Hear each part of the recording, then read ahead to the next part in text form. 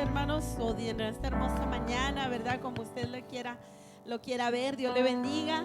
Le invito para que se ponga de pie. Damos gracias a Dios por la oportunidad que Dios nos da de estar una vez más en su casa. Amén. Estamos contentos y agradecidos con el Señor de verle nuevamente. Bienvenidos sean a la casa del Señor. Vamos a comenzar y le voy a invitar que abra su Biblia en el Salmo capítulo 47. Salmo capítulo 47. Vamos a leer los versículos 1 y 2 y luego nos vamos a los versículos del 5 al 7. Salmo capítulo 47, versículos 1 y 2, y nos brincamos de ahí al versículo 5 al 7. Mientras usted lo encuentra, también damos la bienvenida a cada persona que nos acompaña a través de esta transmisión. Que Dios le bendiga y nos da gusto que pueda estar con nosotros para alabar al Señor. Salmo 47, 1, ¿lo tiene listo, hermano?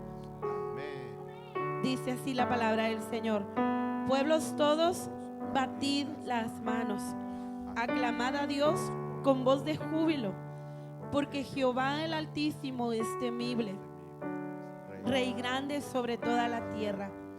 Versículo 5: subió Dios con júbilo, Jehová con sonido de trompeta. Cantad a Dios, cantad, cantad a nuestro Rey, cantad, porque Dios es el Rey de toda la tierra. Cantad con inteligencia. Hasta ahí. Pueblos todos, dice, batid las manos y aclama, alaba a Dios con voz de júbilo. Cántale a tu Rey en esta hora, hermano. Cántale con júbilo, cántale con alegría. Alaba junto con nosotros al Señor y vamos a darle la gloria al que la merece. Amén. Te damos gracias, Señor. Esta tarde, mi Dios, en este día estamos una vez más delante de tu presencia para darte la gloria, para darte la honra y toda la adoración, porque tú mereces, Señor, toda la gloria. Te damos gracias en esta hora. Nos hemos reunido, Señor, para alabar tu nombre, para proclamar y anunciar tus maravillas. Mira, mi Dios, cada corazón en esta hora tenga, Señor, esa libertad para adorarte. Tanto los que están presentes, Señor, como los que están con nosotros a través, Señor, de las redes sociales. Mi Dios, bendice sus vidas en este día. Toma el control, Espíritu Santo. Quita todo lo que estorbe y que cada corazón, Señor, se una para darte toda la gloria y todo el honor. Te damos gracias en el nombre de Jesús. Y todos decimos amén. Vamos a palmear nuestras manos y vamos a alabar al Señor. Amén, con júbilo, con alegría, porque Él es la razón de nuestra adoración. La razón de estar aquí es Cristo. Aleluya. Dios, con su voz, hermano. La única razón de mi adoración eres tú, mi Jesús. El único motivo para vivir eres tú, mi Señor. Mi única verdad está en ti. Eres mi luz y mi salvación.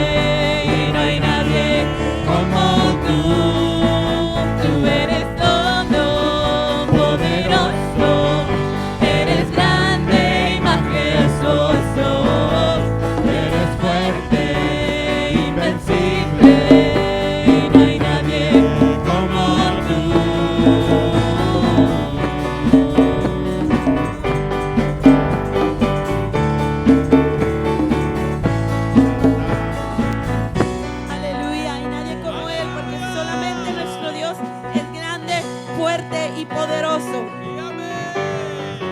Aleluya. Sí, amén. Proclama, hermano, en esta hora y dile: Señor, grande y fuerte, tú eres mi Dios, todopoderoso. Grande y fuerte es nuestro Dios. Aleluya. Grande y fuerte es nuestro Dios. Grande y fuerte es nuestro Dios. Grande y fuerte es nuestro Dios. Vestido en majestad, coronado y con poder, digno de toda la adoración. Vestido en majestad, coronado y con poder, y toda gloria y honra sean para ti. Grande y fuerte es nuestro Dios. Amén, amén. Grande y fuerte es nuestro Dios. Grande y fuerte es nuestro Dios. Grande y fuerte es nuestro Dios. Vestido en majestad, coronado y con poder, y digno de toda la adoración. Vestido en majestad, coronado y con poder, toda gloria y honra sean para ti. Y todos juntos decimos: Grande y grande, fuerte, fuerte es nuestro Dios. Grande y grande, fuerte, fuerte es Dios. Grande y fuerte es nuestro Dios. Grande y fuerte es nuestro Dios. Grande y fuerte es nuestro Dios. Grande y fuerte es nuestro Dios. Vestido en majestad, coronado y con poder, digno de toda la adoración. Vestido en majestad, coronado y con poder, toda gloria y honra sea para ti. dile una vez más, hermano: grande.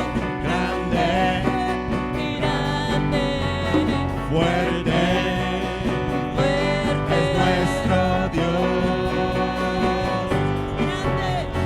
Grande y grande, fuerte, fuerte es nuestro Dios. Grande y fuerte es nuestro Dios. Grande y fuerte es nuestro Dios. Grande y fuerte es nuestro Dios. Grande y fuerte es nuestro Dios. Amén, aleluya. Grande y fuerte. Grande, fuerte y poderoso es nuestro Dios, amén.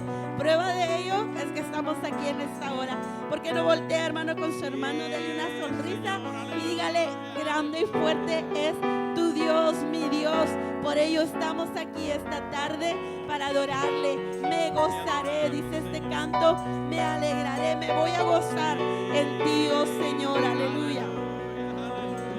Cuando el Señor hiciere volver la cautividad, seremos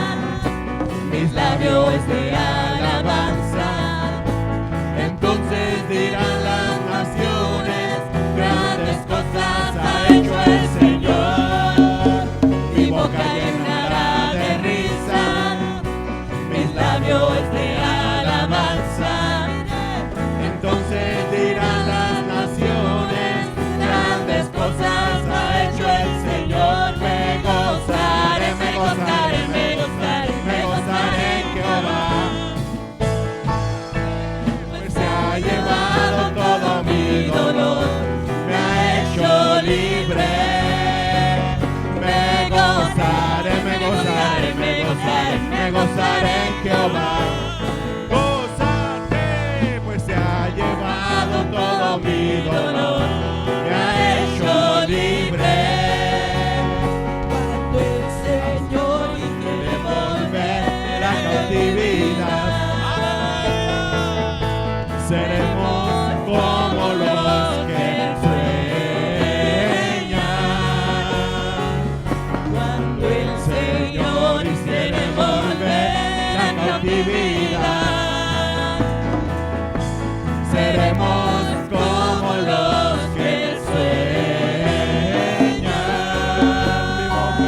aleluya, Mi boca llenará de risa, mis labios de alabanza, y entonces dirán las naciones, grandes cosas ha hecho el Señor. aleluya, Mi boca llenará de risa, mis labios de alabanza, y entonces dirán las naciones, grandes cosas ha hecho el Señor. Me gozaré, me gozaré, me gozaré, me gozaré en Jehová. Gózate, pues se ha llevado todo mi dolor, me ha hecho libre. Me gozaré, me gozaré, me gozaré, me gozaré en Jehová. Pues se ha llevado todo mi dolor, me ha hecho libre. aleluya, Y así como David cantaba, y así como David danzaba, así como David fluía en su presencia, y así como David cantaba, y así como David danzaba, y así como David fluía en su presencia. Me gozaré, me gozaré, me gozaré, me gozaré en Jehová. Pues se ha llevado todo mi dolor, me ha hecho libre. Me gozaré, me gozaré, me gozaré, me gozaré en Jehová. Pues se ha llevado todo mi dolor, me ha hecho libre. Me gozaré, me gozaré, me gozaré, me gozaré en Jehová. Gózate, pues se ha llevado todo mi dolor, me ha hecho libre.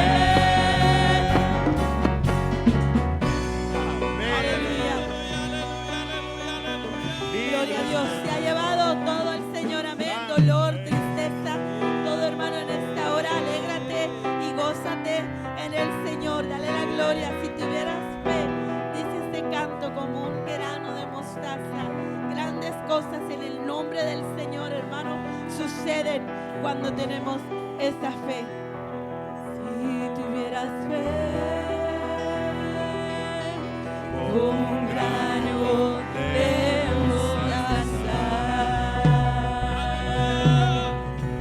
eso lo dice el Señor. Tú le dirías a la montaña, muévete,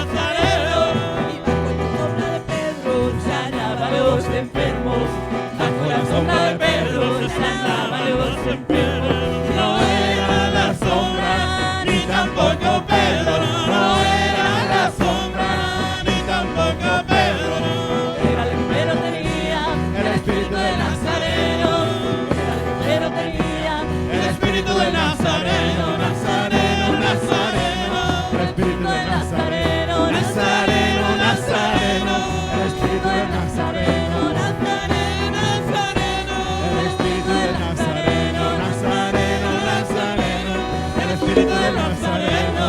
En el Salmo 22, La Biblia me lo dice, en el Salmo 22, la Biblia me lo dice, Él habita en la alabanza, Él habita en la alabanza,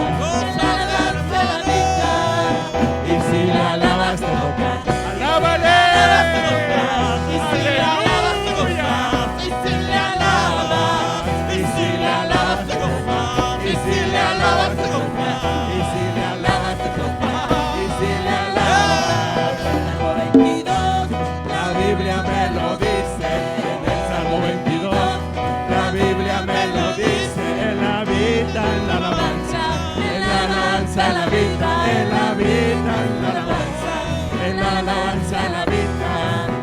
Si le alabas te toca, y si le alabas te toca, y si le alabas te toca, y si le alabas, y si le alabas te toca, hermano, y si le alabas te toca, y si le alabas te toca, y si le alabas, como las aguas del río, cuando llegan a la mar, como las aguas del río, cuando llegan a la mar, así llegó la gloria de Dios a mi corazón, así llegó la gloria de Dios a mi corazón. Ahora sí libre soy, ahora sí salvo soy, ahora siento el poder de la presencia de Dios. Ahora sí libre soy, ahora sí salvo soy, ahora siento el poder de la presencia de Dios. Ahora sí salvo soy, ahora siento el poder de la presencia de Dios. Como las aguas del río, cuando llegan a la mar. Así llegó la gloria de Dios a mi corazón. Así llegó la gloria de Dios a mi corazón. Ahora sí libre soy, ahora sí salvo soy, ahora siento el poder de la presencia de Dios. Ahora sí libre soy, ahora sí salvo soy, ahora siento el poder de la presencia de Dios. Ahora sí libre soy, ahora sí salvo soy, ahora siento el poder de la presencia de Dios. Ahora sí libre soy, ahora sí salvo soy, ahora siento el poder de la presencia de Dios. Aleluya. El poder de su presencia. Amén. Así llega la gloria del Señor sobre cada corazón que le alaba, que le adora y que se dispone. Vamos a decirle en esta hora: levántate, Señor. Tu nombre es exaltado y tu nombre sea bendecido.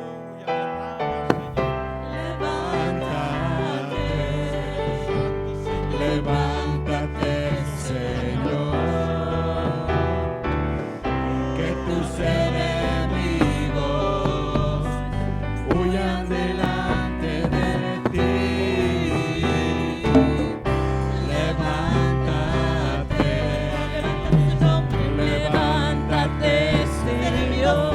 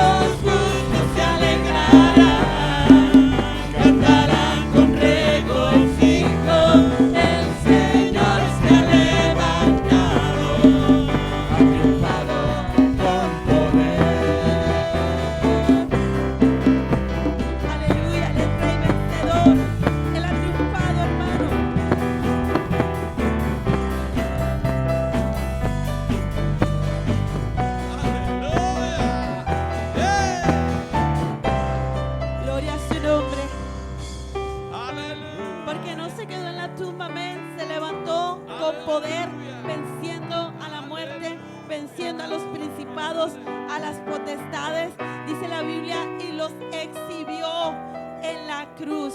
Por eso dice, hermano, que todos sus enemigos huyan ante la presencia del Señor. Huyen, alabe al Señor, dele la gloria y alégrese en su Dios, hermano. Y que todos sus enemigos espirituales, no vaya a voltear con su hermano, ¿verdad? No, sus enemigos espirituales huyan en el nombre del Señor. Vamos a orar por las ofrendas y los diezmos. En reverencia, hermanos, démosle gracias al Señor, porque realmente la misericordia de Dios ha sido grande, hermanos, en sobremanera. Usted ha podido ser testigo del poder de Dios obrando en cada área financiera de su casa. Entonces, hoy tenemos la bendición de también nosotros poderle dar al Señor. Amén. Vamos a orar y le voy a pedir a mi hermano Turi nos dirija en la oración por las ofrendas. Gracias, Señor, en esta hora, Padre, te damos muchas gracias por cada uno de tus hijos e hijas, Señor, que van a poder ofrendar, diezmar. Señor, te agradezco infinitamente tus bondades, tus favores, Señor. Bendice a tus hijos grandemente, Señor. Sígueles bendiciendo con buenas fuentes de empleo, Señor.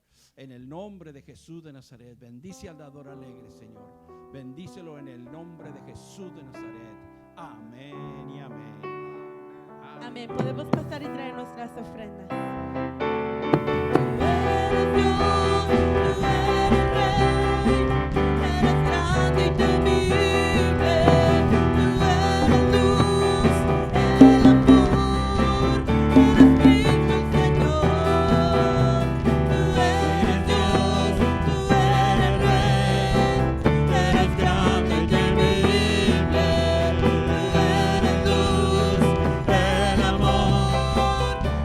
Cristo el Señor.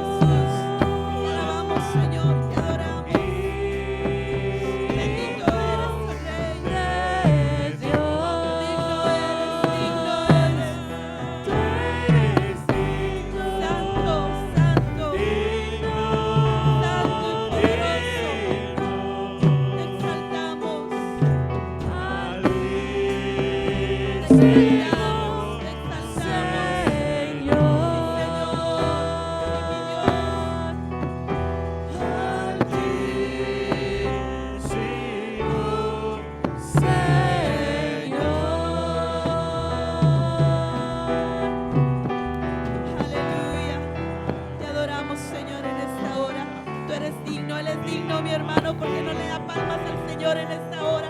Él es digno, hermano, de su alabanza, de su adoración. Gloria sea su nombre. Adore junto con nosotros.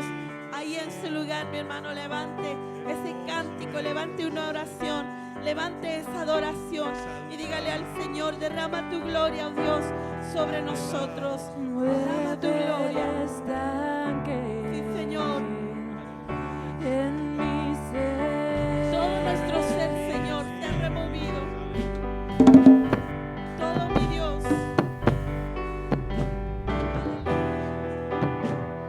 Úneme a tus ríos, dame vida.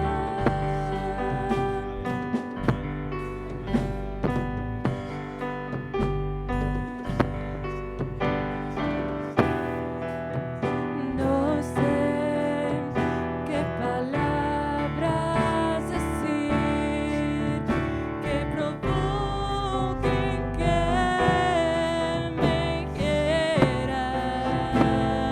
Que me ames, Señor. Más de lo que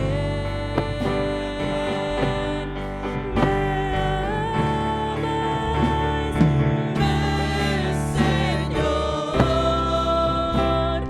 como dijiste, derrama tu gloria, derrama tu gloria. Ven, Señor,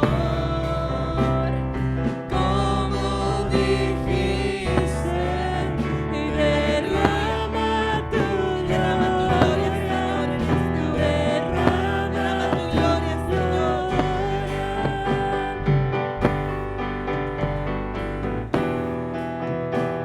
Y vence mis tinieblas con tu luz. Dile, Señor, sé tú mi fuerza hoy. Y sé mi fuerza hoy, oh Jesús. Encuéntrame escondite Y alcánzame, Señor. alcánzame si huyo, oh Señor.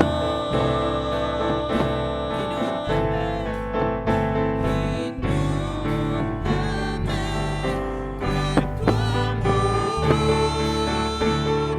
ven, Señor, como dijiste, Derrama tu gloria, derrama tu gloria. ven, Señor, como dijiste, y derrama tu gloria, y derrama tu gloria. Me amas como padre, como un hermano, como un león feroz, como un ángel, con fuerza me buscas para abrazarme, me envuelves en tu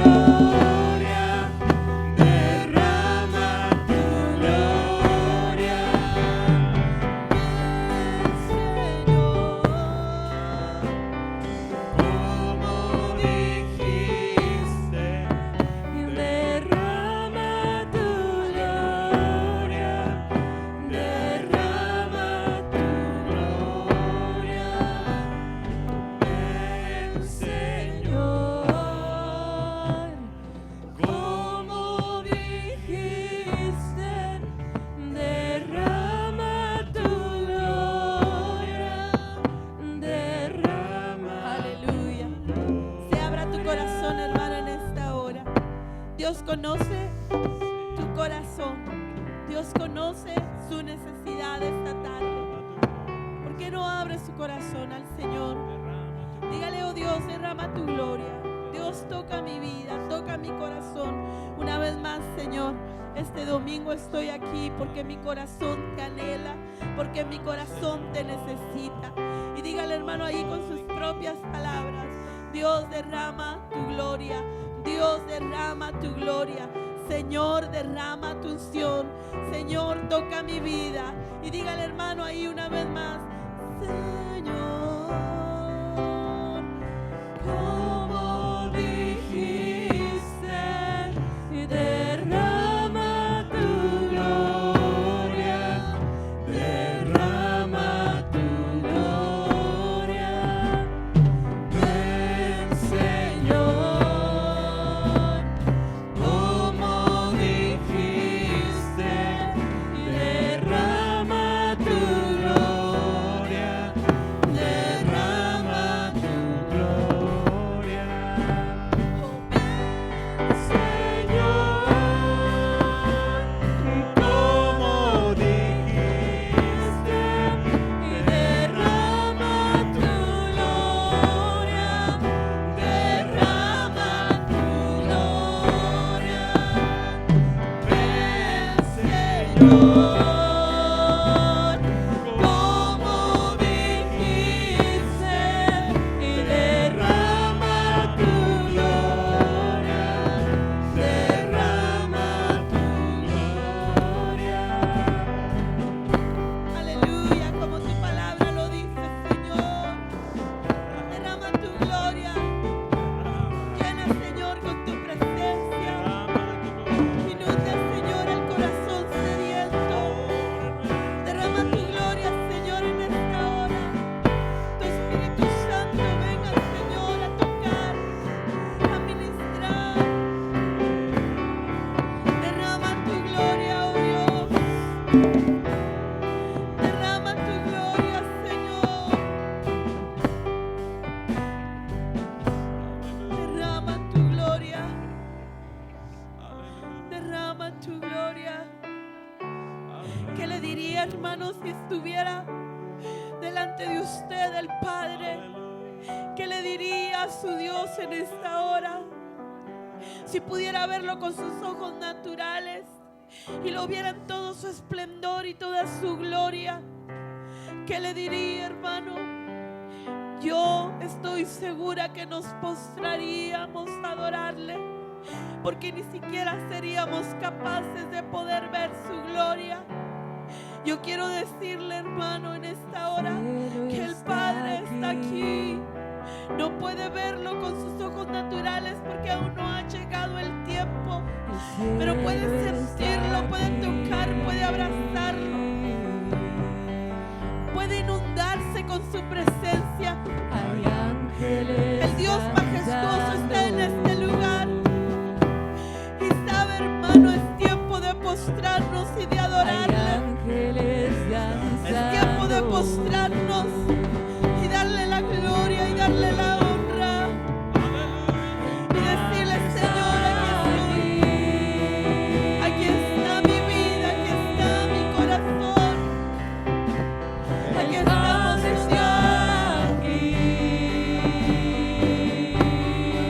Dios. El Padre está aquí.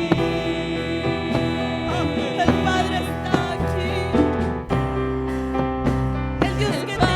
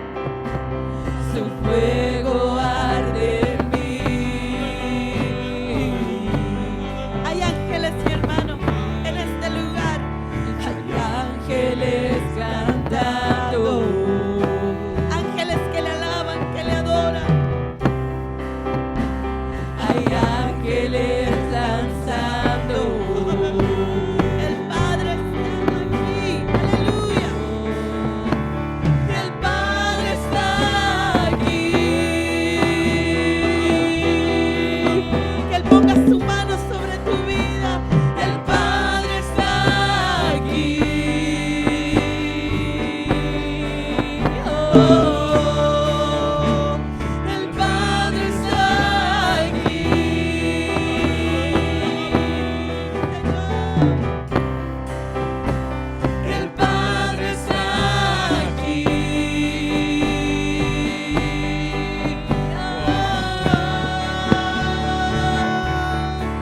Aleluya.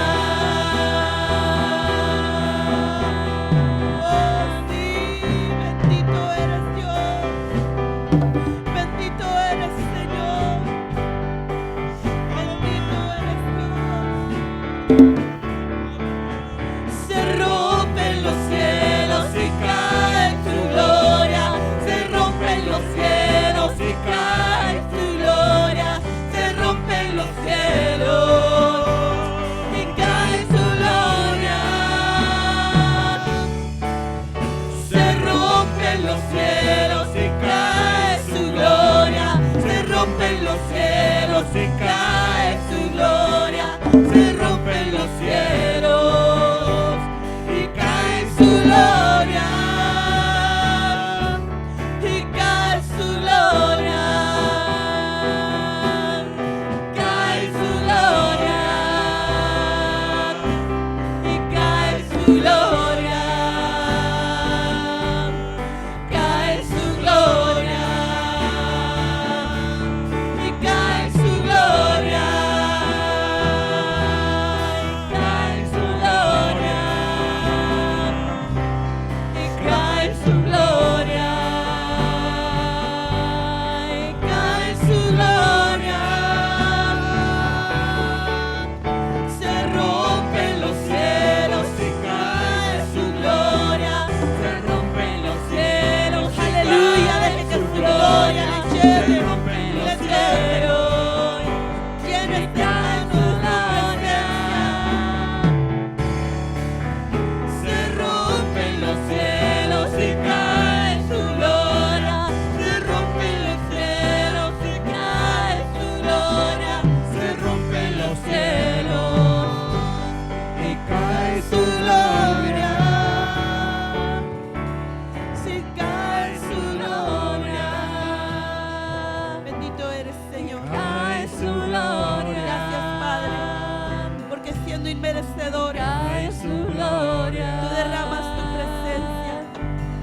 Porque Cae siendo su inmerecedores, gloria. Señor, tu Espíritu Santo se mueve en medio de Cae su nosotros. gloria. Gracias, oh Dios. Gracias, Señor. Cae Por su tu gloria. presencia. Gracias, Padre. Cae su gloria. Y cae su gloria. Se rompen los cielos y cae su gloria. Se rompen los cielos y cae su gloria. Se rompen los cielos y cae su gloria. Se rompen los cielos y cae su gloria. Se rompen los cielos y cae su gloria. Se rompen los cielos y cae su gloria. Y cae su gloria. Cae su gloria. Y cae su gloria. Cae su gloria. Y cae su gloria. Cae su gloria.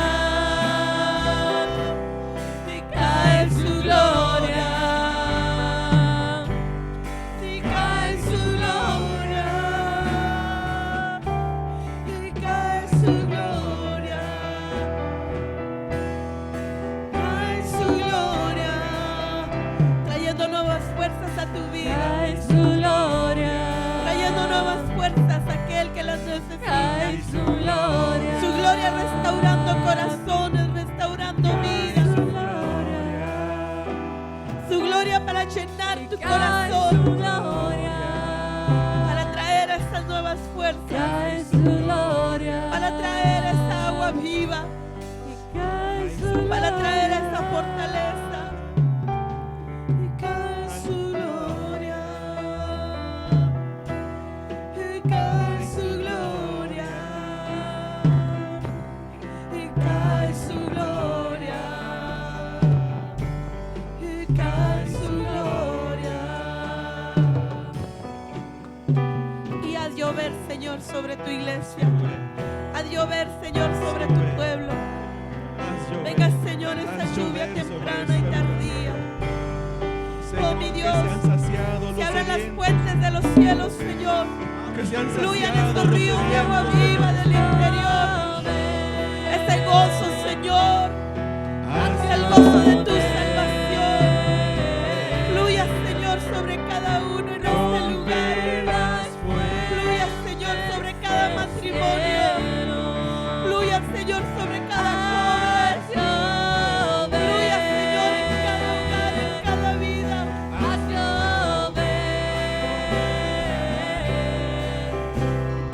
Rompe las fuentes del cielo. Haz llover.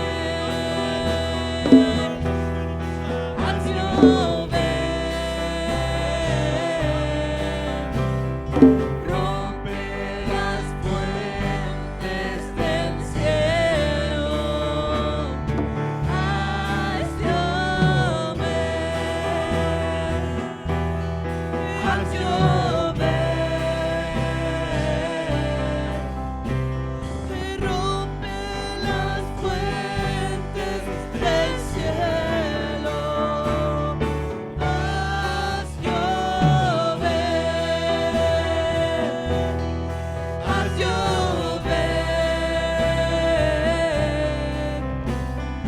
Rompe las fuentes del cielo.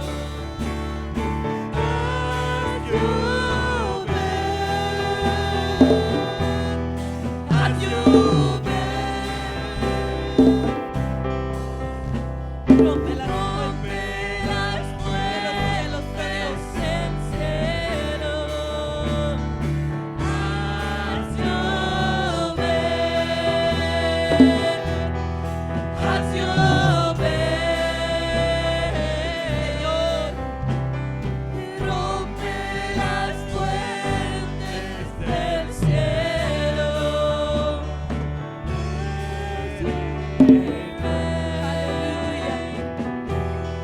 Let it rain. Open the floodgates of heaven. Let it rain. Let it rain. Open the floodgates of heaven. y mi Dios.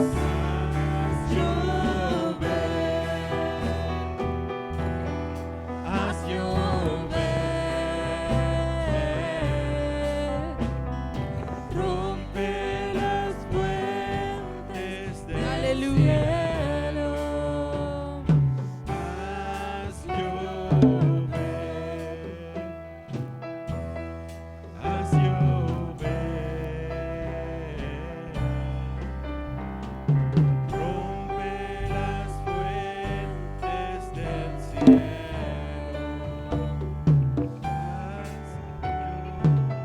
Aleluya. Ahora dígale usted, mi hermano, al Señor. Señor, trae esa lluvia, Señor, sobre mi casa, sobre mi hogar. Lluvia de bendición, Señor, sanidad, unidad. Trae, Señor, a mi hogar, mi Dios, a mi corazón. Esas fuentes, Señor, de ríos de agua viva. Dígale al Señor, hermano, Señor, que el gozo de tu salvación esté siempre en mi corazón. Que aún, Señor, en la lucha, en la prueba, en la adversidad, yo recuerde que tú eres el que está conmigo, que tú eres el que me levanta, que tú eres el que me sostiene y que nunca, Señor, me dejarás de tu mano. Sí, Señor, te damos gracias por ello. Gracias, mi Dios. Te damos la gloria y te damos la honra. Gracias, Señor. Un día, hermano, llegó ese poder de Dios a mi casa. Un día llegó esa lluvia a mi casa y trajo salvación, trajo restauración. Y lo que Satanás había destruido, Dios, hermano, lo levantó. Y tenemos un testimonio vivo y poderoso. Y damos gracias al Señor cada vez, hermano, que nosotros le dejamos a Dios obrar en nuestras vidas. Dios hace grandes cosas. Así es de que, mi hermano, dele la gloria siempre al Señor. Amén. Vamos así a pasar a la palabra del Señor. Y con ese mismo gozo, amén, vamos a recibirla. Gloria a Dios. Buenas tardes, hermanos. Dios les bendiga. ¿Cómo están, hermanos? ¿Qué le parece si antes de iniciar nos ponemos en las manos de Dios? Ahí acompáñeme en su lugar. Acompáñeme a orar, por favor. Señor, en esta tarde venimos delante de tu presencia agradecidos. Primeramente por la vida, por la salud. Gracias, Señor, por todo lo bueno que has sido con nosotros hasta este día. Tu mano de misericordia, tu gracia no se ha apartado ni un instante. Ahora queremos, Señor, que nuestro corazón sea obediente, sensible, receptible. Señor, permite que tu palabra venga y nos bendiga, que tu palabra venga y fluya, venga y sane, venga y restaure y levante, Señor. Deseamos con todo nuestro corazón que tu palabra venga y produzca ese fruto que debe de. Damos gracias, Señor, por la bendición que nos das estar aquí.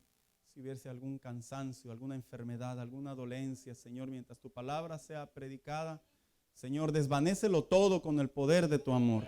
Damos gracias en el nombre de Cristo Jesús. Amén. Buenas tardes, hermanos. Dios les bendiga. Mire, quiero invitarle que abra su Biblia junto conmigo y me acompañe al libro de Levítico, capítulo 8, versículo 23. Cuando lo tenga, dígame amén, por favor.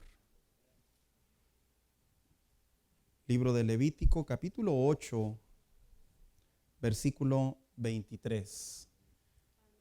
Ahí se lo van a poner en la pantalla de igual manera. Dice la Biblia de la siguiente manera: Moisés lo degolló, se refiere a un animal, y tomando un poco de sangre se la untó a Aarón en el lóbulo de la oreja derecha, en el pulgar de la mano derecha.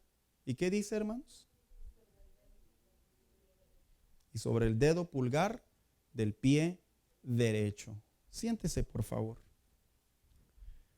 Esta semana, hermano, yo quisiera dar continuidad a esta serie de mensajes que he estado desarrollando en relación a elegidos para su propósito y voluntad. Recordemos que habíamos tomado como referencia la parte del apóstol Pedro allá en la carta que le escribe a la iglesia. Y hablábamos cómo es que el apóstol Pedro le decía a la iglesia que dentro de las muchas interpretaciones que la Biblia nos da en el cristianismo, en el nuevo pacto, él nos llamaba que nosotros somos sacerdotes. Y esta palabra era conocida por él, porque esta palabra básicamente era el recordatorio de que los hijos de Dios sí venimos espiritualmente hablando a ser sacerdotes delante de Dios. Y hablábamos cómo el apóstol Pedro le decía a la iglesia y los animaba a ello, a que no perdieran de vista su identidad. A lo largo de las semanas pasadas yo he estado desarrollando estos temas y tomábamos como referencia Levítico 8, el libro de las leyes, como es que en ese primer mensaje hablábamos precisamente sobre el oído espiritual, que fue la primer parte que la Biblia enseña que Moisés unge sobre Aarón y sus hijos. Y acabamos de leer hace un momento cómo es que tomaba el lóbulo del oído y era una manera simbólica, pero a la misma vez pública y espiritual, que la vida de estos sacerdotes ahora pasaría a ser oídos espirituales. Y en este mensaje hablábamos cómo es que el hombre en realidad escucha voces, pero en realidad cuando viene a Cristo escucha dos voces. Escucha espiritualmente hablando la voz de Dios, el mundo espiritual, pero también escucha la voz del hombre, la voz audible, la voz literal, como la llamaríamos. Y hablábamos cómo los sacerdotes habían sido elegidos por Dios con la finalidad de que al ser esos hombres, esos representantes, esos líderes que llevarían el pueblo a la ley de Dios, a la bendición de Dios, hablamos cómo el oído espiritual se tenía que activar. Y lo llevábamos a la interpretación que la iglesia, el cristiano, cuando viene al conocimiento de Dios, debe de aprender a tener su oído espiritual abierto a la voz de Dios. No es que escuchemos voces o estemos dementes, sino que el oído espiritual representa esa parte en donde aprendemos a escuchar lo que verdaderamente es delante de Dios la vida del ser humano. Mire, cuando uno no tiene a Cristo, uno se guía por lo que oye, por su intuición, por su inteligencia. Pero cuando venimos a Cristo, aprendíamos que la Escritura ahora dice que nosotros somos ese oído espiritual en donde Él nos habla, pero se tiene que activar, se tiene que encender. Y veíamos algunas maneras de cómo. La semana pasada, o la antepasada más bien dicho, compartíamos la segunda parte en donde Moisés ungía también el dedo pulgar derecho de la mano derecha, el pleonasmo. Y hablábamos que en realidad era una expresión simbólica, que en realidad le ungió literalmente sí el dedo pulgar, pero significa que le ungía las manos a manera de señal que ahora eran unas manos consagradas para Dios, que tenían que aprender a confiar, a obedecer y a actuar en el nombre de Dios, porque hay poder en el nombre de Jesús sobre la imposición de manos. Y concentrábamos el mensaje en cómo es que en la vida cristiana no es que hagamos cosas locas, sino que en la vida cristiana se aprende por medio de la palabra de Dios a que tenemos un poder, una autoridad para imponer manos sobre las circunstancias. No es que haya poder en sí en la mano del hombre, sino que ponemos las manos de parte de Dios. Y así es como suceden las cosas. Esta semana, hermano, yo quisiera finalizar esta serie de mensajes, este tercer mensaje, aún tengo un cuarto mensaje, en donde lo he titulado, y ahí me lo van a dar por acá, miren, me lo movieron, precisamente, Caminando en Dirección Divina. Qué interesante es que en la vida del cristiano, tanto como el hombre llamado Moisés, cuando los toma y les unge el dedo pulgar del pie derecho, era una manera simbólica y literal de recordarle a los sacerdotes tres cosas, hermanos. En primer lugar, que ahora sus vidas estarían ungidas para caminar de manera santa, estarían ungidas para caminar de manera correcta y estarían ungidas para caminar de manera segura. Cuando venimos a Cristo, es interesante cómo la interpretación de los pies, bíblicamente hablando, sí nos llevan hacia un lugar. Leía un artículo y me llamaba la atención la cultura asiática, que tiene muchas expresiones metafóricas o figurativas, y entre ellas los asiáticos dicen que la manera en la que tú y yo tenemos los pies es la manera en la que como vivimos y como pensamos. O sea, hace que culturalmente hablando, si la persona tiene sus pies muy sucios o muy descuidados, ellos dicen que lejos de ser una persona muy trabajadora, es una persona que no cuida su cuerpo. Y saben, en realidad no están muy alejados de una realidad.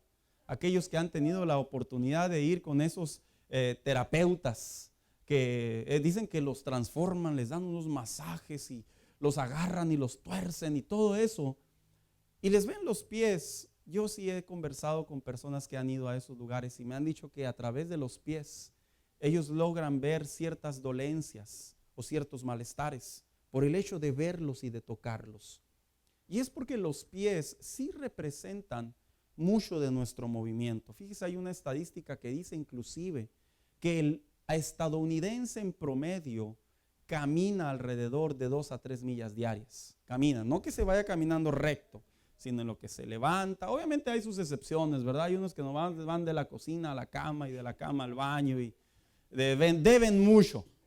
Pero esta estadística dice que el americano o el estadounidense en promedio camina de 2 a 3 millas, que es algo saludable. Hay otra estadística todavía más interesante que se dice que el hombre camina lo suficientemente en la vida, en su vida, como para darle vuelta al mundo. Esa estadística a mí me pareció muy sorprendente, pero la tomé de diferentes sitios, en donde yo decía, bueno, no están tan errados, puede ser cierto. ¿Por qué? Porque todos los días caminamos, todos los días hacemos cosas, todos los días nos movemos en la vida normal, en el ritmo normal. Cuando la Biblia enseña que Dios le dio la instrucción a Moisés que debía de ungir el pulgar de su dedo derecho, es porque los sacerdotes a partir de ese momento no solo sabían que sus oídos habían sido consagrados, que sus manos habían sido consagradas, sino que una de las partes más complejas del ser humano habían sido consagradas, que son los pies. ¿Quiénes han tenido la experiencia, hermano mío, de en la mente y en la boca ya saber lo que van a hacer? Pero ¿qué cree? Los pies nos traicionan.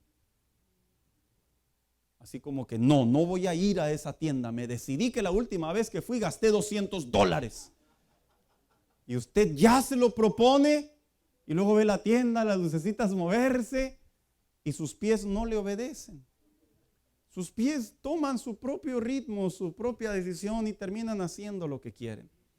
Esto es muy común en la vida de los jóvenes cuando están en Cristo. Como líder de jóvenes que fui por muchos años, hermano, los jóvenes me decían, yo no quería hacer eso, Saúl, pero no sé, cuando menos pensaba ya estaba allí.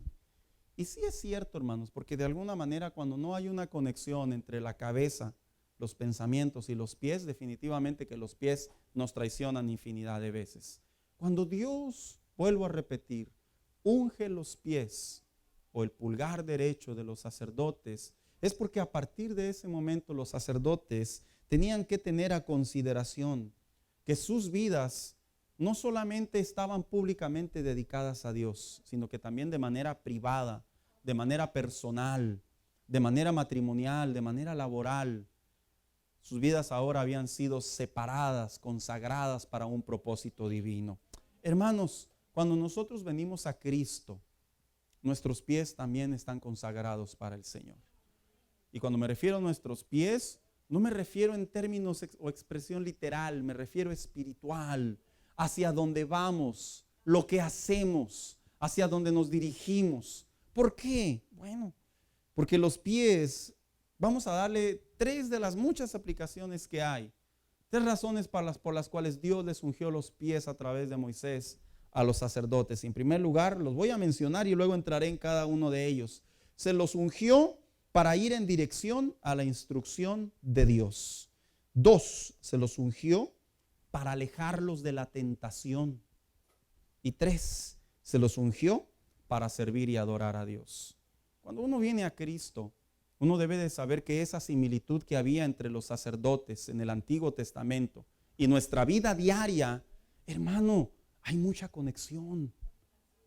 Mire, yo a veces converso con las personas y me llama la atención, ni cabeza ni pies, piensan en un montón de cosas, hacen un montón de cosas, y estoy hablando de gente cristiana. Andan en todos lados como gallinas sin cabeza, literalmente casi. Yo digo, cuando la vida en Dios nos ha ungido con la finalidad de que nosotros y nuestras vidas ahora vayan a la dirección y a los propósitos en Dios. Dios no nos salvó, nos rescató de la esclavitud del pecado y posteriormente, externamente, nos rescató de adicciones, de una vida triste o de una vida confundida o de una vida simplemente pecadora. No nos salvó, hermano mío, para seguir igual o para ir peor. No, nos salvó para tener una dirección, para tener un propósito, para caminar en su voluntad. Cuando el cristiano comprende eso, el cristiano se da cuenta que en la vida, en realidad, la Biblia comienza a tomar vida en él. Previo a ello, yo lo he dicho muchas veces, son un montón de historias para muchos. Previo a ello se convierte solamente en un montón de anécdotas que inclusive muchas de las veces hasta se llegan a dudar de lo que fue cierto o lo que no fue cierto. Así que vamos a hablar nosotros por qué razón se les fue ungido el pulgar derecho del pie, el pulgar del pie derecho, del pie. Los sacerdotes a partir de ese momento deberían de saber que sus vidas consagradas a Dios ahora incluían sus pies. Y en primer lugar, les fue ungido el pulgar del pie derecho para ir en la dirección a la instrucción de Dios. Mire, ¿sabe usted que los sacerdotes en sí como personas, a partir de ese momento, toda su función comenzaría a ser en pro de lo que decía la ley de Dios? A partir de ese momento, cuando fueron separados los aaronitas, cuando fueron separados los sacerdotes y fueron consagrados, Moisés les da unas leyes guiadas por Dios y ellos deberían de acatarla, deberían de aprenderla, de enseñarla, de transmitirla de tal manera que más que solamente compartirla, deberían de vivirla. Y de hecho hay un suceso en la Biblia, cuando la Biblia enseña allá en el libro de Josué capítulo 3, versículo 13 o el capítulo 3, que ya una vez que cruzan el desierto y entran a las faldas del río Jordán, donde estaba posteriormente Canaán, dice la Biblia en el capítulo 3 que Jehová le da una instrucción a Moisés.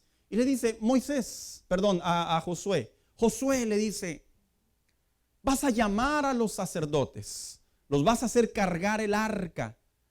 Y cuando estén enfrente a las faldas del río Jordán, que yo he hablado acerca del río Jordán, no recuerdo si he dado datos, pero se dice que linealmente el río Jordán era una distancia de alrededor de 300 kilómetros y que tenía una anchura de alrededor de 45 metros, pero que había una profundidad entre 1,5 metros a 3,5 metros.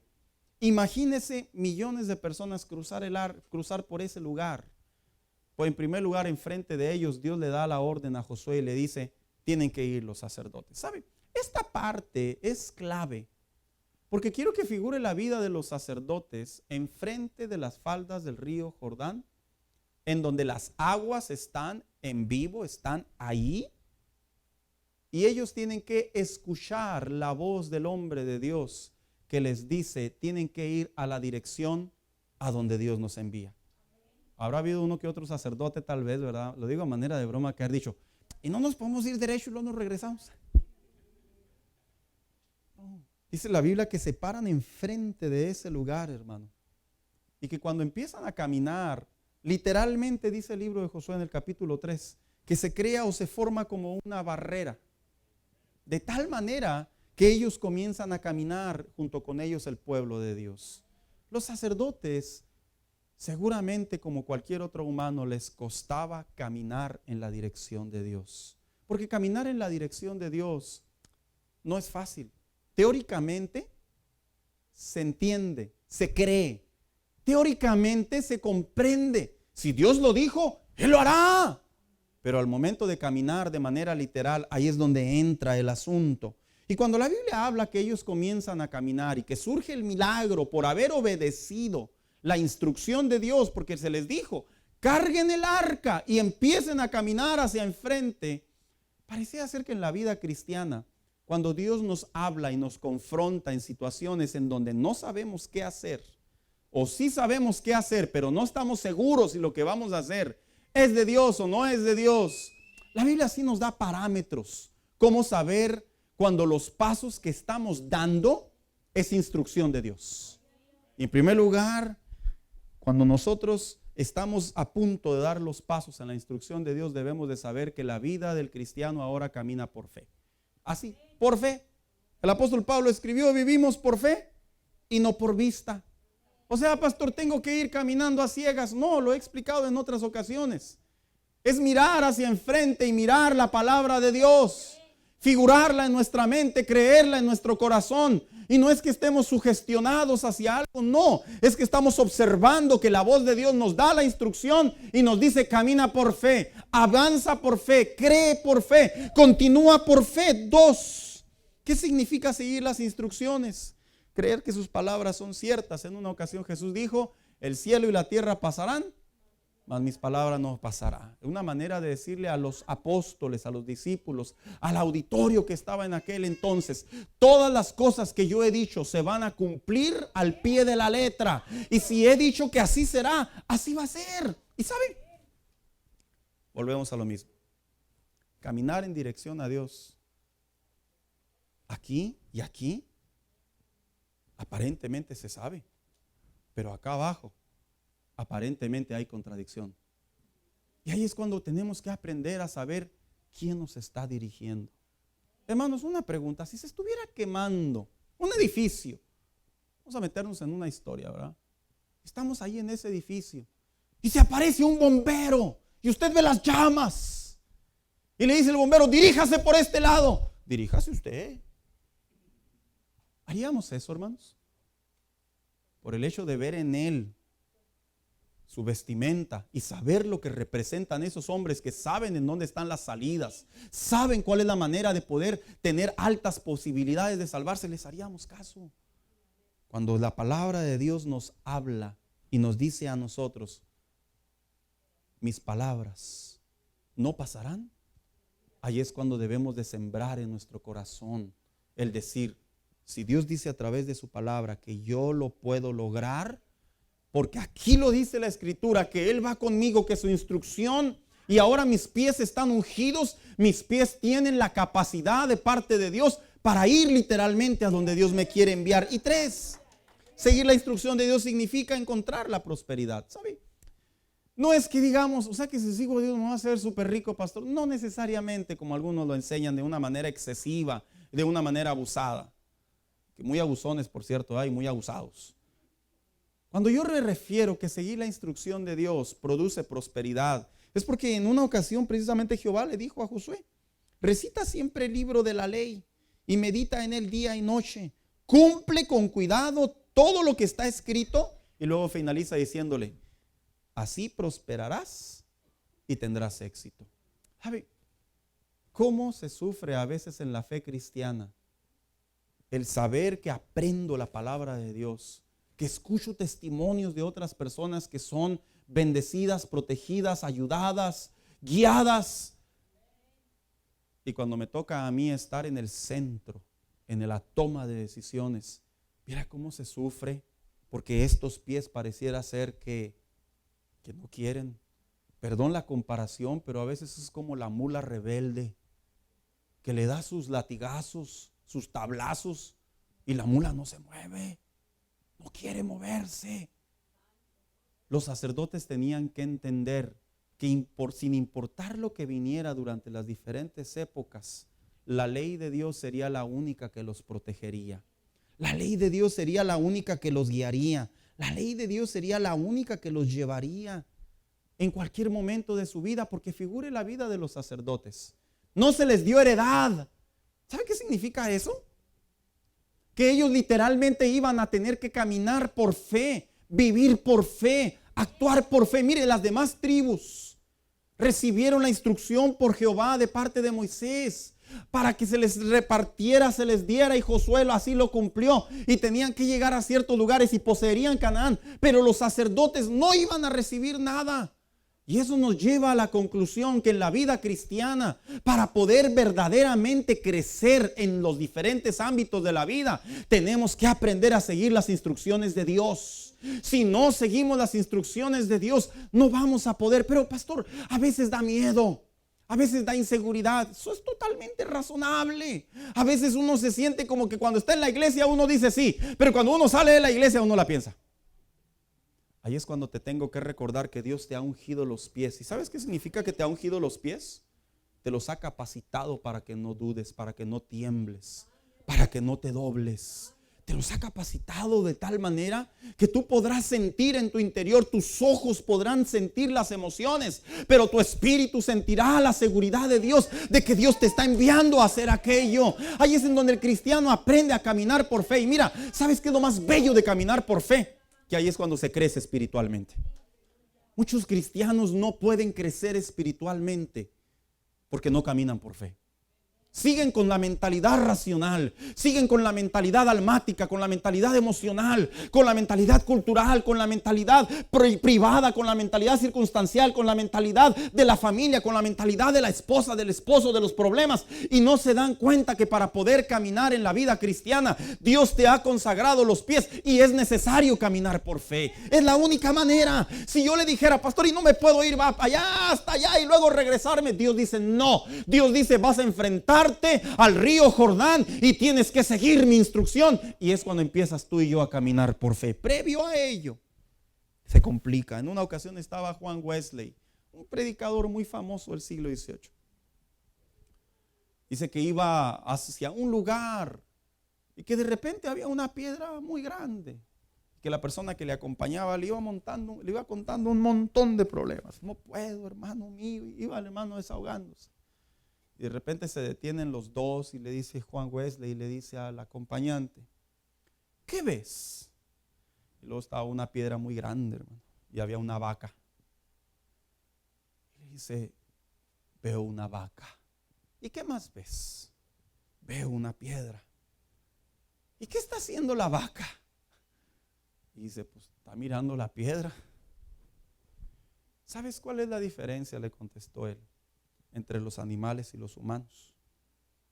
Los animales ven sus problemas de manera lateral, lineal, hacia enfrente. Y los humanos debemos de aprender a ver nuestros problemas de manera vertical. Porque cuando miramos al cielo, ahí es cuando podemos comprobar que Dios está de nuestra parte. Y sí es cierto, hermano. Generalmente los problemas o las circunstancias que nos impiden a darnos cuenta que tenemos la capacidad para seguir la instrucción de Dios es porque lo miramos de manera literal, lineal. No estamos mirando hacia el cielo. Y Dios le dice al cristiano a través de su palabra, ¿de dónde vendrá mi socorro? Mi socorro viene de Jehová que hizo los cielos y la tierra. Ahí es cuando nosotros comprendemos que sí se puede seguir al pie de la palabra de Dios. ¿Qué significa la instrucción de Dios? Que la instrucción de Dios lleva la vía segura sin importar los riesgos. Los riesgos son esos aparentemente momentos que pueden ver una probabilidad de sufrimiento o de dolor. Es que, pastor, si le hago así, o vaya, ni me diga a mí si quiere, al Señor. Señor, si le hago así, Señor, voy a perder esto de este lado. Y de este lado voy a ganar, pero por acá voy a perder. Mira, cuando seguimos la instrucción de Dios, no hay pérdidas. No las hay. Dios te garantiza, así te lo digo, y así lo dice la palabra de Dios. El cielo y la tierra pasarán y mis palabras no pasarán. Te lo garantiza el Señor. La fe es la certeza de lo que se espera, la convicción de lo que no se ve. Te lo garantiza el Señor a través de su palabra, por el hecho de saber que caminar por fe no hay riesgos. Los corremos humanamente hablando, pero al final comprobamos que Dios siempre estuvo respaldando su palabra. Caminar en la instrucción de Dios significa darnos cuenta que veremos peligros. Los peligros son esas áreas hacia donde dirigimos nuestras decisiones y sabemos que va a doler, que va a lastimar, que va a herir. Y Dios dice a través de su palabra, pero yo te protegeré, yo cuidaré tu corazón, yo cuidaré tu morada, yo cuidaré tus hijos, yo cuidaré tu matrimonio, yo cuidaré tu entrada y tu salida. Ahí es cuando se sigue la instrucción de Dios para dirigirnos en momentos de desventajas. Oiga, cómo nos encanta a los mexicanos, ¿verdad, hermano mío? Nos encanta medirle el agua a los camotes.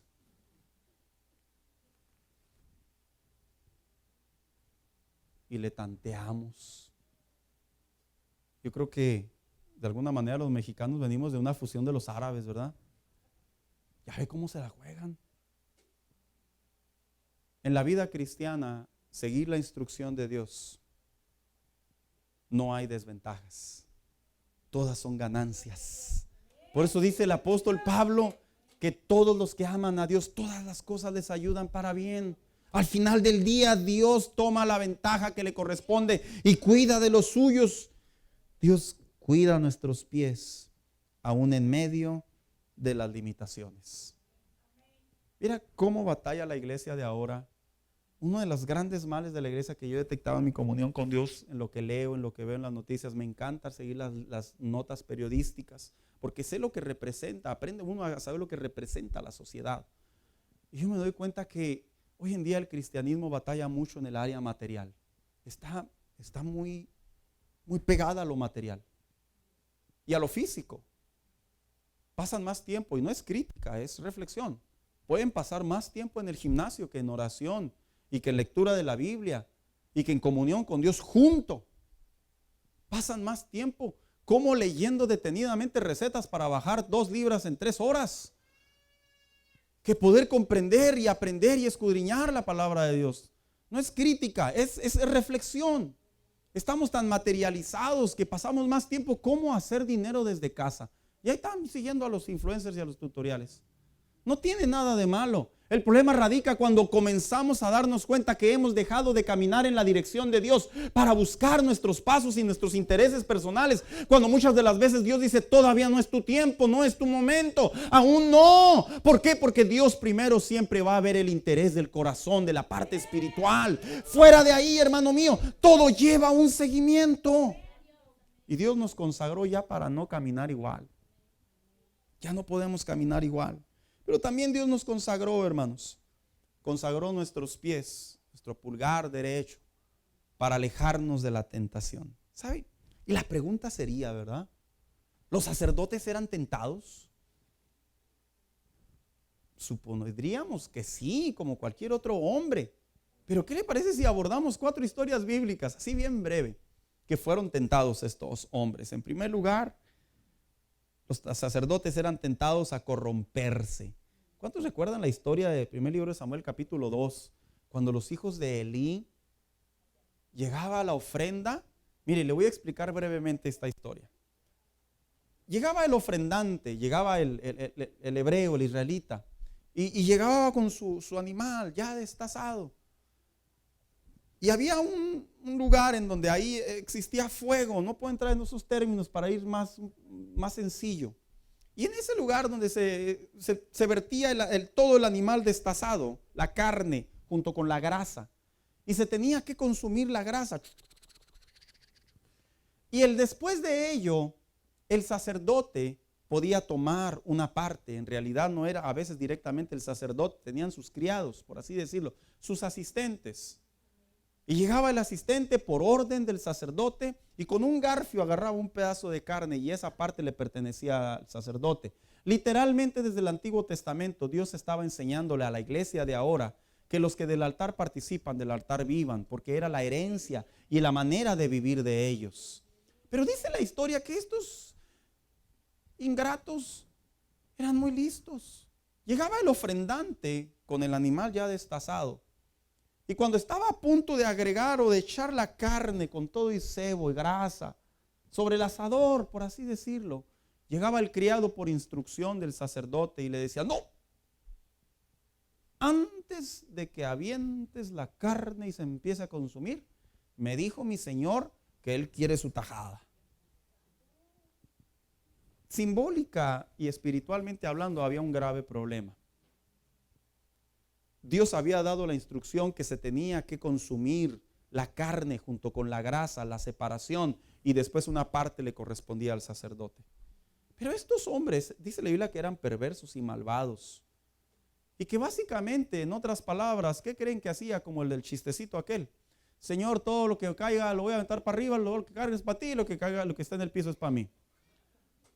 Estos hombres lo que hacían es que básicamente cortaban la carne. ¿Y qué cree que dejaban en el asador? Pues el cebo, pues ya ni carne. Y dice la Biblia que esto desagradó a Dios, porque esto era una manera de avaricia. Fueron tentados en avaricia, de tal manera que estos hombres llegaron a tocar la coronilla de Dios, por así decirlo, para nuestro entendimiento, y Dios los desechó por siempre. Los sacerdotes eran tentados, sí, por eso fueron ungidos. Dice la Biblia en los tiempos de Ezequiel 22-26, sus sacerdotes violan mi ley y profanan mis objetos sagrados. Ellos no hacen distinción entre lo sagrado y lo profano, ni enseñan a otros la diferencia entre lo puro y lo impuro. En otras palabras, los sacerdotes eran tentados de alguna manera a poder saber y hacer lo que quisieran con el conocimiento que Dios les había dado. Por eso el profeta Ezequiel les dijo, estos hombres por orden de Dios ya no diferencian entre lo bueno y lo malo. ¿Por qué pasó eso? Porque eran sobornados, hermanos. Porque ellos básicamente tenían el deseo de que el conocimiento que Dios les había dado, ellos hacían lo que ellos querían. ¿De qué otra manera fueron tentados? En los tiempos del profeta Jeremías, dice la Biblia que fueron denunciados porque gobernaban por su propia cuenta. O sea, no rendían cuentas. ¿Sabe usted que hay muchos cristianos que no rinden cuentas? Yo no estoy hablando cuentas a la iglesia, No le rinden cuentas a Dios. viven la vida loca, viven como les place, viven como a donde me lleve el barquito del agua. Cuando la Biblia enseña que el Hijo de Dios le debe de rendir cuentas a Dios. ¿Quiénes tienen un patrón? Levante su mano. También cuenta la patrona de la casa para que no se agüite, ¿eh?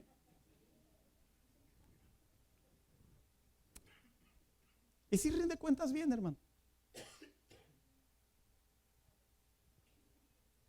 Si decimos toda la verdad.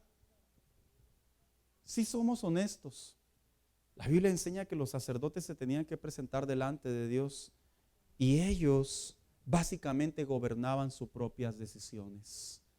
Porque la tentación al poder es una tentación muy común en la vida cristiana.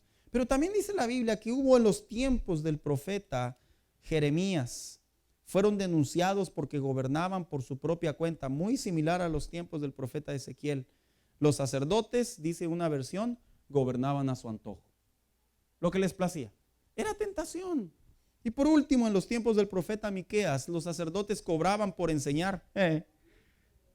Dice, sus gobernantes juzgan por soborno, sus sacerdotes instruyen por paga y sus profetas predicen por dinero. Oiga, qué curioso, ¿verdad? Lo que se vive hoy en día muchas de las veces en este cristianismo. Básicamente esta no es una historia nueva, esto ya estaba escrito y lo que se vive ahora simplemente es una réplica, no nos debemos de escandalizar. Y lo interesante de esto es que en la vida cristiana, así como los sacerdotes fueron tentados a gobernar por su propia cuenta, fueron tentados a la avaricia, fueron tentados a cobrar, fueron tentados a dejar de diferenciar entre lo bueno y lo malo. En la vida cristiana también somos tentados, hermanos. Y vemos la tentación de alguna manera a veces como una ventaja o como una oportunidad. ¿Sabías tú que la tentación es esa parte suave, dulce, perversa y engañosa? Así es la tentación.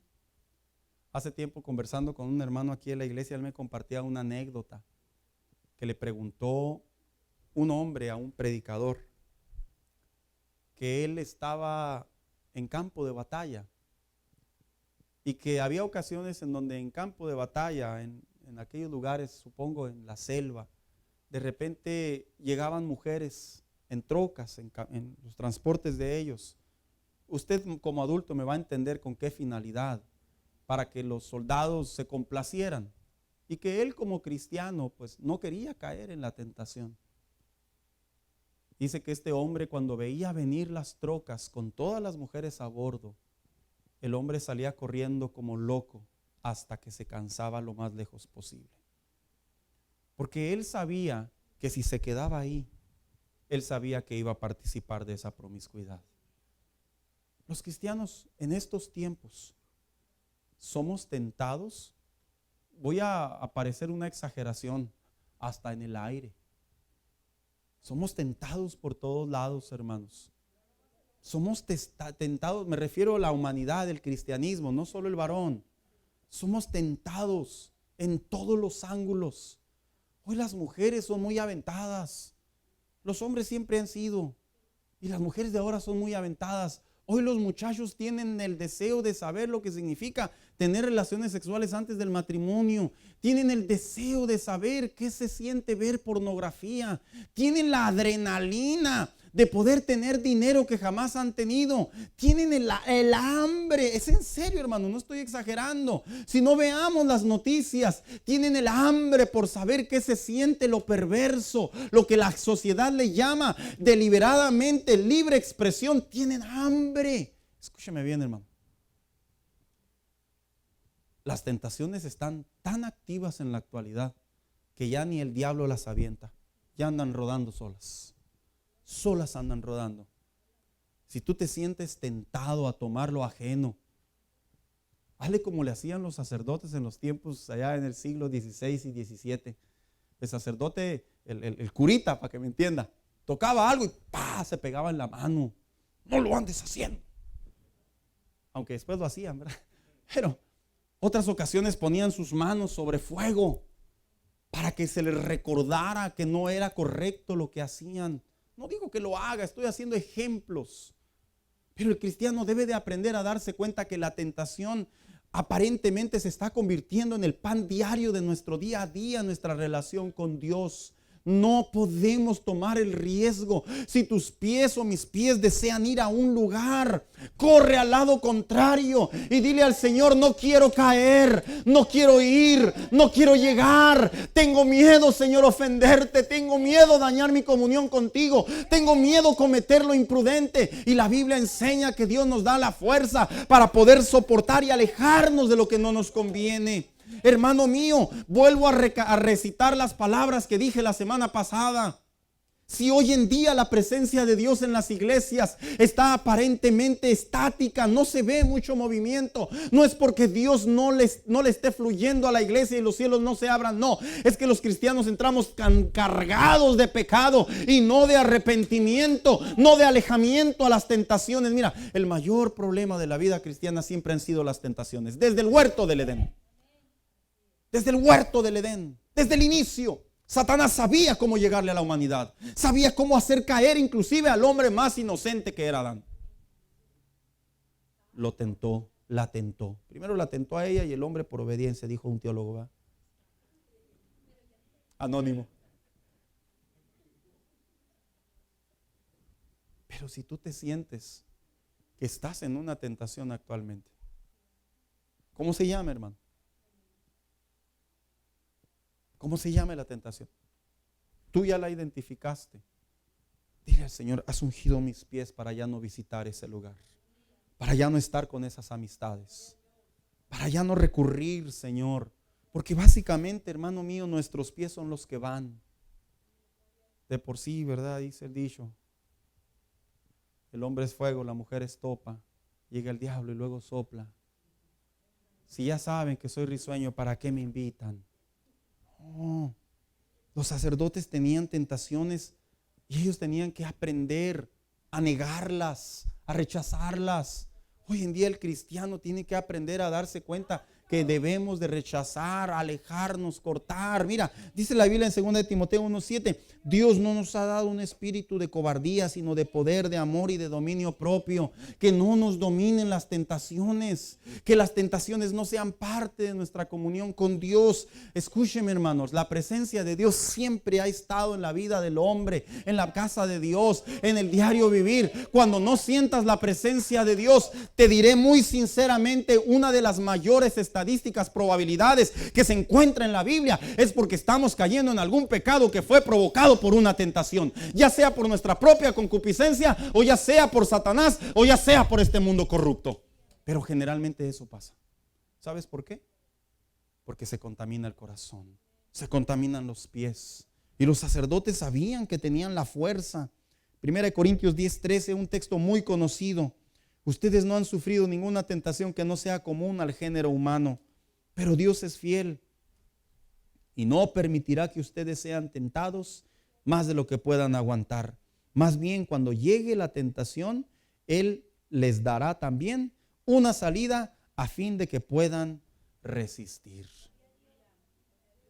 ¿Por qué eran sus pies o su pulgar derecho consagrado? Para servir y adorar a Dios. ¿Sabes? Esta parte de los sacerdotes, y con esto finalizo, esta parte de los sacerdotes es una parte muy interesante, porque los sacerdotes tenían que aprender a servir y adorar a Dios. Ellos eran canales, ellos eran prácticamente líderes, instructores. Y una de las cosas que me llama la atención de la iglesia del siglo XXI, así, siempre ha habido problemas para que la gente sirva en la iglesia. Eso no es una historia nueva, es un secreto a voces. Siempre ha habido, pero en estos tiempos más. En estos tiempos se vive un evangelio en donde las personas entre menos se pueden comprometer con la iglesia, con Dios, mejor. Dijo alguien por ahí, descubrieron la forma de decir no. Descubrieron la manera de decir no puedo. Yo me acuerdo cuando en mis años allá, se escuchaba que un líder quería declinar y luego iba con el pastor y decía: no, pastor, no puedo, pastor. El pastor usaba estas palabras, a ver quiénes se acuerdan. Vaya y entrégale el cargo a Dios en el altar. ¿Sí se acuerdan, hermanos? La oveja se paraba y veía el altar y decía, no puedo. Y se ponía de pie, tomaba fuerzas y volvía a servir a Dios. Hoy en día ni nos avisan. De hecho, muchos ya se despiden de la iglesia por mensaje de texto. Ya no voy a ir, pastor. ¿Y este teléfono de quién es? ¿Verdad? El hermano me está escribiendo a mí. No se habrá equivocado.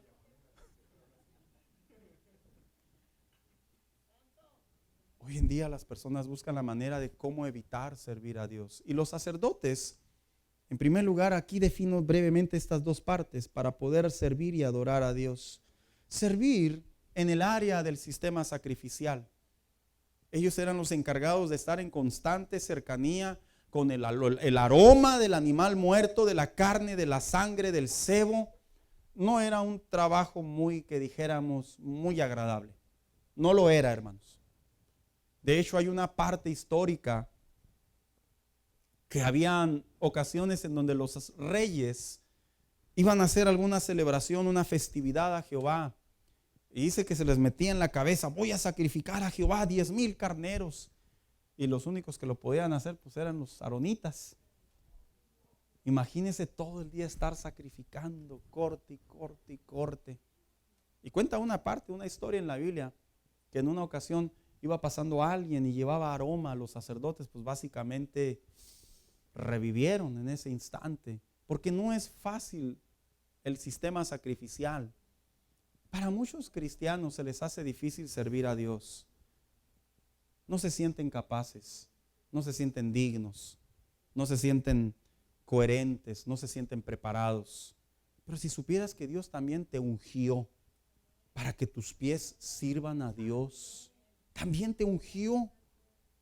Cuando digo que te ungió, Él te va a llevar con la persona correcta, al lugar correcto, a las personas adecuadas que serán de bendición y a las cuales tú serás de bendición. Los sacerdotes estaban en el sistema sacrificial, corte y corte, queme, incienso.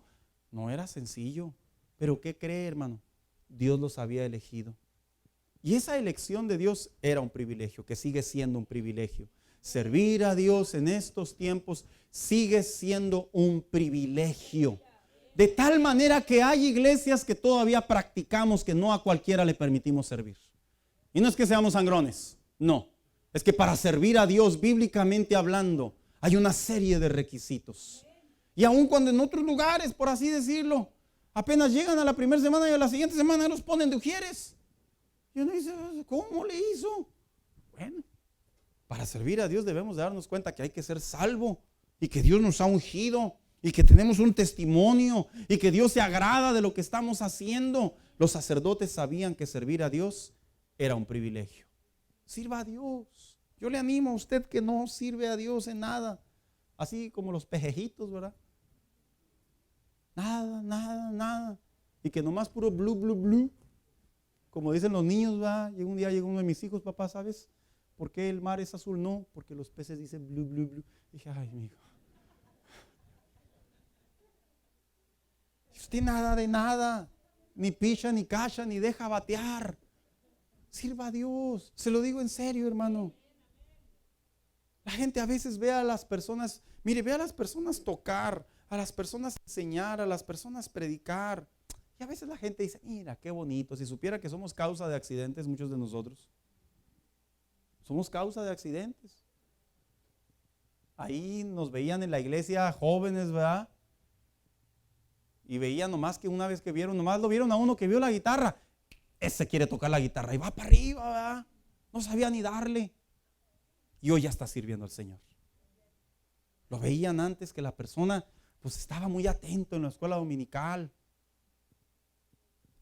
Tiene ojos y ándele, cuando menos piensa, se convierten en maestros locales y muchas de las veces llegamos hasta ser pastores, yo me incluyo en ellos. ¿Sabe por qué? Porque servir a Dios es un privilegio. Es una bendición. Mira, te ayuda tanto que andamos con menos pensamientos de ociosidad. Hay menos pensamientos de ociosidad, andamos más ocupados con la mente en el Señor. Yo les he dicho en ocasiones a manera de broma, pero lo digo en serio. A veces vienen los pensamientos del diablo y le digo, aguántame, estoy bien ocupado, haz cita.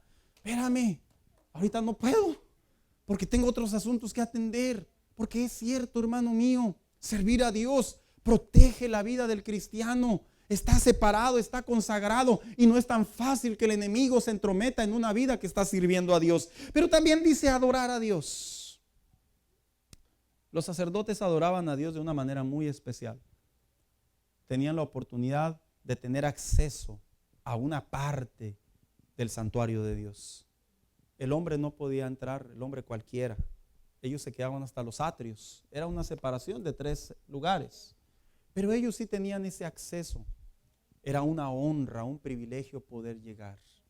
¿Sabías tú que cuando nosotros venimos a Cristo, la Biblia enseña que espiritualmente hablando ahora nosotros pasamos a tener libre acceso a la presencia de Dios?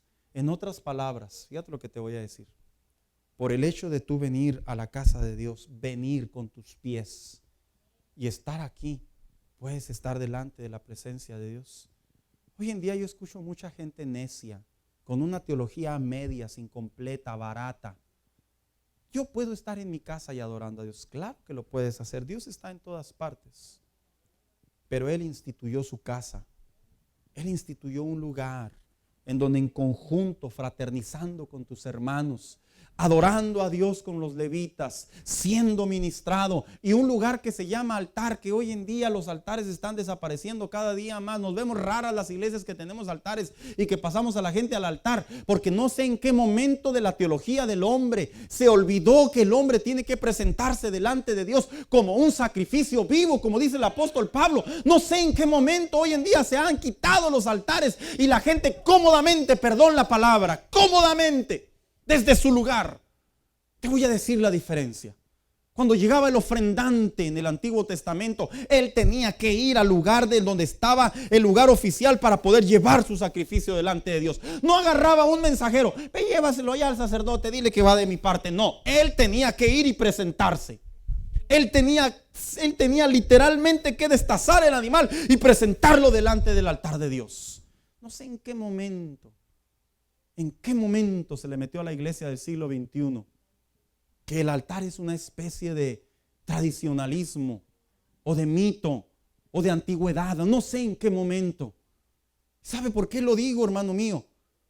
Porque no solo soy defensor, la Biblia enseña que el altar es el lugar de encuentro. Eso significa en definición altar, lugar de encuentro. Y cuando venimos al altar de Dios, no estamos ahí, hermano mío, nomás para cumplir con el pastor, para que ya no me mire desde enfrente, que nomás a ti te estoy mirando, piensa que lo está mirando a uno. No, es que bíblicamente hablando, te conviertes literalmente y espiritualmente en un espacio para venir a la presencia de Dios. Y aunque sea un pedazo de alfombra, rojo, verde, amarillo, azul, rojo, como lo quieras llamar, estás acercándote a Él como un adorador y le estás diciendo: vengo a presentarme como un sacrificio vivo. Y comienzas a derramar tu alma en intercesión, en adoración, en agradecimiento, en compromiso, en lo que quieras, pero te acercas delante de Él. No sé en qué momento la iglesia olvidó esto. Hace unos días, acompáñame, hija. Hace unos días estoy en un grupo, o la iglesia, la cuenta de la iglesia está en un grupo que se llama Multimedios Cristianos. Y se trata de todos los muchachos del área de multimedia suben sus experiencias, mejorías sobre las luces, lo visual, las pantallas, todo está muy padre, es muy creativo el grupo. Y un muchacho hace unos días subió una imagen, unas fotografías y dijo: esta es nuestra iglesia. No lo digo como crítica, es el ejemplo. La iglesia literalmente era un set de grabación. ¿Quiénes han ido a un set de grabación? No de música, de televisión. Literalmente era un set de grabación. Estaba solo una parte en donde enfocaban las cámaras, solamente una parte tenía una buena imagen y todo el resto era blanco. Y estaba literalmente a 15 centímetros de altura. Cuando yo vi las fotos, dije: ¿una iglesia? Dije: este es un set de grabación. Y yo lo pensé. Pero hubo otro atrevidillo ahí que sí les puso. Eso no es una iglesia. eso no es un altar. Esa no es la casa de Dios. Se expresó como cualquier otra persona. Y dijo, ese es un set de grabación, brother. Ya le está cerrando, habla con tu pastor. Yo vi la nota y dije, pues, qué atrevido. Yo no hice nada. Pues, yo como dijo por ahí, yo nomás estaba mirando. ¿Va? Pero después me vino a reflexión que sí es cierto. ¿En qué momento el cristiano dejó de pisar el altar? ¿En qué momento dejó de acercarse a adorar a Dios en el altar? ¿En qué momento? Yo vengo de una generación de cristianos en donde los altares se aglomeraban, hermano. Tenías que levantar las manos así, porque no había espacio. La gente, me tocó ver que literalmente iba al altar a adorar a Dios. Y los que se quedaban atrás hasta así como que, ya no alcancé. Y se ponían entre las bancas y se acercaban lo más que podían al altar. Yo lo vi, yo lo viví. Y una cosa sí está comprobado, y no solo por mí, por muchas personas con las que converso. No era el hecho de pasar al frente, porque en cualquier lugar se puede adorar a Dios. Era el hecho de saber que teológicamente hablando, pisar un altar sí representa un lugar de adoración en donde yo vengo, me rindo, me entrego, me humillo, planto mi corazón, mi cuerpo delante de Dios y le digo, tú eres mi Señor, tú eres mi Salvador, tú eres mi Rey, tú eres mi todo, a ti vengo a clamar, a ti vengo a adorar. Mira, es como cuando tú estás en un estadio y te dicen, tengo 2 boletos, te va a costar lo mismo. ¿Quieres las gradas o quieres estar ahí abajito? Ahí, donde casi vas a ver a los jugadores hablar. Vamos. ¿A dónde se va usted? Allá con la bola. Usted se va hasta enfrente, en donde se ve todo bien suave. Y hoy en día, hermano, estos pies nos han sido dados para adorar, para caminar hacia el lugar, para servir. Lo he enseñado, lo seguiré enseñando y no lo dejaré de enseñar, no porque me aferre, no por necedad, porque así lo enseña la Biblia. Y ante ello, aunque las iglesias cambien, aunque el cristianismo cambie, yo lo lamento por ellos. La Biblia enseña, ve y preséntate delante de Jehová. Inclusive el mismo salmista se atrevió a decir, si tu pie está más enfrente es mucho mejor. Así lo dijo. No, pastor, es que me da pena. Pero no te daba pena embriagarte, ¿verdad? Perdón, pero es la verdad. No te daba pena decir tan tontería y media. No te daba pena irarte, no te daba pena pelearte, no te daba pena hacer circos, no te daba pena derrochar tu dinero, no te daba pena andar por las calles, no te daba pena. Pero como son las cosas de Dios, a veces puede más el orgullo, la vergüenza, que adorar a Dios.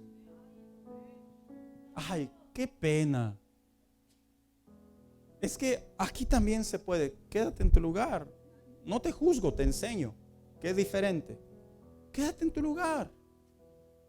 Pero yo aprendí por experiencia propia que pisar altar, hay algo que inentendiblemente, hermano, yo no lo entiendo. Inentendiblemente hay una atmósfera diferente aquí. Y a veces la gente dice, así dice, y hasta atrás se sintió. ¿Sabes por qué dicen eso? Porque reconocen que generalmente se siente enfrente. Esto no estoy hablando, hermano mío, de algo místico. No estoy hablando de algo de la sugestión. No, estoy hablando de algo que se ha vivido en las décadas de los libros de la historia y algunos de nosotros lo podemos constatar. Mis pies fueron dados para adorar a Dios. Fueron dados para levantarme y levantar mis manos y adorar a mi Señor y decir, he aquí sacrificio vivo delante de ti, y comenzar a adorar el nombre de nuestro Señor. Hay una enfermedad que se llama la gota. ¿Quiénes han escuchado de ella? Se dice que la gota es una especie, algunos la definen como una especie compleja de artritis. ¿Y qué cree?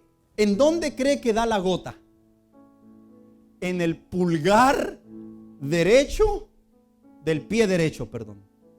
Ahí. Y lo tomé de varios sitios. Ah, caray, ¿qué relación habrá esto en la relación con Dios?